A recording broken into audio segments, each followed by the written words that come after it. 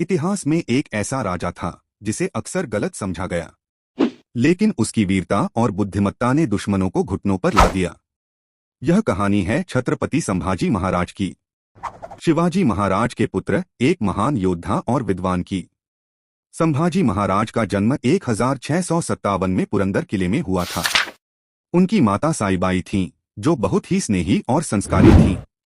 लेकिन किस्मत को कुछ और ही मंजूर था। बहुत छोटी उम्र में ही संभाजी महाराज ने अपनी मां को खो दिया। एक बच्चे के लिए यह बहुत बड़ा आघात था, लेकिन यही कठिनाइयां उन्हें अंदर से मजबूत बनाती गईं। उनका बचपन आम बच्चों जैसा नहीं था, बल्कि राजनीतिक साजिशों, युद्धों और जिम्मेदारियों से भरा हुआ था। कम उम्र से ही उनमें असाधारण बुद्धिमत्ता दिखाई देने लगी थी।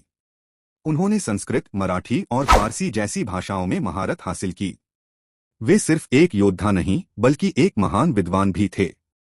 उन्होंने बुद्धभूषणम नामक ग्रंथ की रचना की, जो उनके ज्ञान और गहराई को दर्शाता है।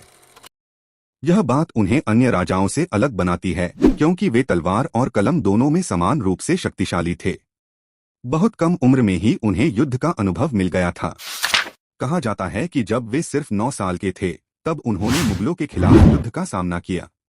यह कोई साधारण बात नहीं थी। जहां एक तरफ बच्चे खेलते हैं, वहीं संभाजी महाराज युद्ध की रणनीतियां सीख रहे थे। उनके अंदर अपने पिता शिवाजी महाराज की झलक साफ दिखाई देती थी। लेकिन उनके जीवन में एक ऐसा दौर भी आया जब लोग उन्हें गलत समझने लगे। कुछ समय के लिए उनका मुगलों के साथ जुड़ना एक विवाद का विषय बन गया। बहुत से लोगों ने इसे विश्वासघात माना, लेकिन सच्चाई इससे कहीं ज्यादा गहरी थी।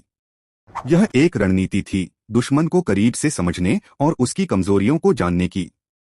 यह दिखाता है कि संभाजी महाराज सिर्फ बहादुर ही नहीं, बल्कि एक चतुर और दूरदर्शी नेता भी थे। 1681 में अपने पिता शिवाजी महाराज की मृत्यु के बाद संभाजी महाराज ने मराठा साम्राज्य की बागडोर संभाली। अब वे सिर्फ एक राजकुमार नहीं रहे, बल्कि एक ऐसे राजा बन चुके थे जिनके कंधों पर पूरे साम्राज्य की जिम्मेदारी थी।